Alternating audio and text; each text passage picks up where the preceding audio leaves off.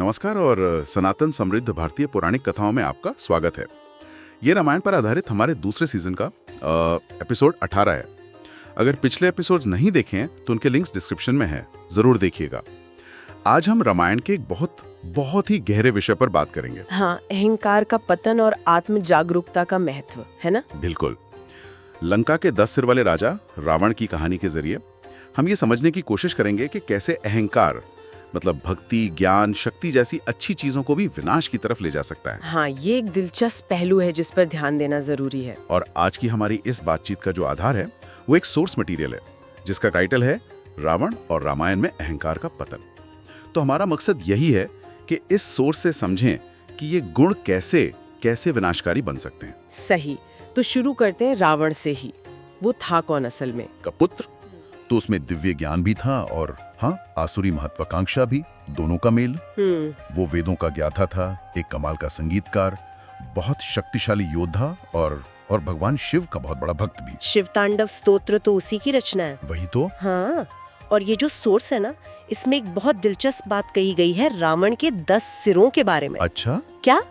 कि वो सिर्फ शक्ति नहीं दिखाते थे, वो असल में मन के 10 अलग अलग पहलू थे, जैसे वासना, क्रोध, लोभ, मोह, अहंकार, ईर्ष्या, स्वार्थ, अभिमान, बुद्धि और हाँ, चेतना भी।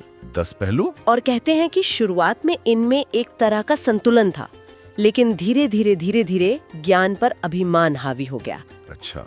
और यही असंतुलन, यही गड़बड़ उसके पतन की वजह बनी। तो ये संतुलन बिगड़ा कैसे? मतलब अचानक तो नहीं हुआ होगा? नहीं, अचानक नहीं। क्या वो वरदानों और शक्ति ने इसमें भूमिका निभाई?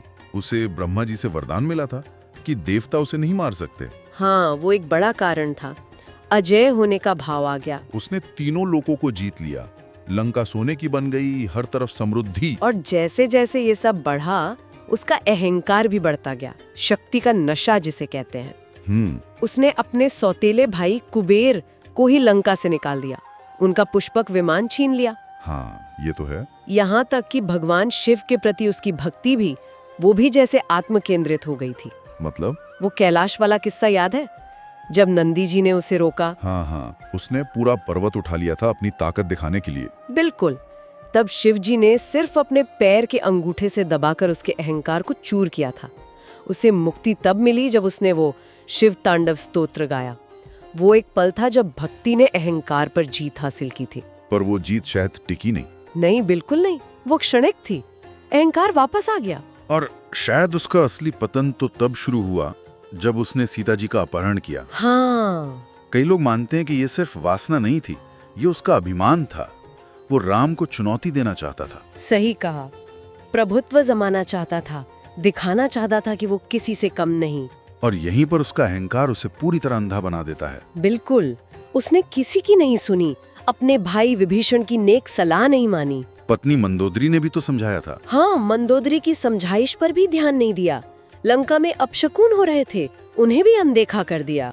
हर सलाह उसे जैसे एक चुनौती लगती होगी। हाँ, उसका अहंकार एक दीवार बन गया था जिसके पार कोई समझदारी की आवाज जा ही नहीं पा रही थी। और ये कहानी सिर्फ रावण की नहीं है ना? नहीं, बिल्कुल नहीं।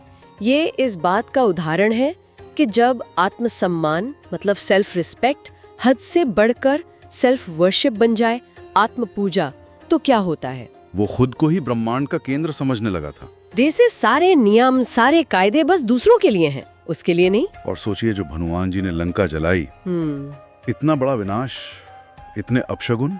कहते हैं रावण तब भी हंसा था। हाँ, उसका अहंकार इतना मजबूत हो चुका था कि वो सच्चाई को, आने वाले खतरे को देख ही नहीं पा रहा था। ये तो अहंकार की पराकाष्ठा थी। दरअसल ये जो सोर्स हम देख रहे हैं, इसके विश्लेषण से एक बात साफ होती है, रावण की कहानी बुराई से ज्यादा असंतुलन की कहानी है। असंतुलन? हाँ, मतलब बिना विनम्रता के गर्व विनाश लाता है, करुणा के बिना ज्ञान सिर्फ चालाकी बन जाता है, और बिना सच्चे समर्पण के भक्ति वो भी खुद को ही नुकसान पहुंचाती है। वाह, ये बहुत गहरी बात है। जिन 10 सिरों ने उसे असाधारण बनाया था, उन्हीं के बीच का संतुलन जब बिगड़ा तो वो भस्म हो गया। ये वाकई सोचने वाली बात है। और याद है जब राम ने आखिर में रावण को हराया? हाँ। उन्होंने कोई जश्न नहीं मनाया। हाँ। बल्कि लक्ष्मण से कहा कि जाओ, मरते हुए रावण से ज्ञान लो। हाँ, ये अद्भुत है। कहा कि वो ज्ञान का भंडार था, बस अपने ही अहंकार से हार गया। इससे बड़ी विडंबना क्या होगी? और ये हमें अपने अंदर झांकने पर मजबूर करती है ये कहानी। कैसे? देखिए, रावण की कहानी कहीं ना कहीं छोटे पैमाने पर हम सबके अंदर मौजूद है। हम सबके अपने 10 सिर हैं, बुद्धि, इच्छाएं, गुस्सा, गर्व, इन सब का मिश्रण। इन शक्तियों के बीच संतुलन ही तय करता है कि हम ऊपर उठेंगे या गिरेंगे। रावण की असली त्रासदी यही थी कि वो सत्य जानता था पर उसने उसे जीने से इनकार कर दिया। तो ये सवाल मन में आता है कि क्या ज्ञान और सफलता भी कभी-कभी इंसान को अंधा बना सकते हैं? बिल्कुल बना सकते हैं। क्या जीवन में ऐसे पल आते हैं जब गर्व हमारी समझ पर पर्दा डाल देता है? या वो कौन से मौके होते हैं जब विनम्रता हमें साफ-साफ देखने में मदद करती है? ये ऐसे सवाल हैं जिन पर हम सबको सोचना चाहिए। बिल्कुल। चलिए, अगले अंक में हम एक नई कहानी की ओर बढ़ेंगे। अच्छा, कौन सी? समुद्र पर सेतु का निर्माण, आशा की एक लहर। हम देखेंगे कि कैसे राम की सेना, हनुमान और नल नील के नेतृत्व में आस्था, साहस और भक्ति के दम पर समुद्र पर पुल बनाती है। वाह, वो भी बहुत प्रेरक प्रसंग है। हाँ, तो सनातन समृद्ध भारतीय पौराणिक कथाएं में आज शामिल होने के लिए धन्यवाद। उम्मीद है रावण की ये कहानी एक आईने की तरह काम करेगी, हमें याद दिलाएगी कि सच्ची महानता ताकत में नहीं, संतुलन में है। सही कहा। अगर आपको ये चर्चा पसंद आई हो तो कृपया इसे लाइक करें, शेयर करें और अपने विचार नीचे कमेंट्स में जरूर बताएं। और हाँ, अगले अंक की सूचना पाने के लिए चैनल को सब्सक्राइब करना ना भूलें। मिलते हैं अगली बार।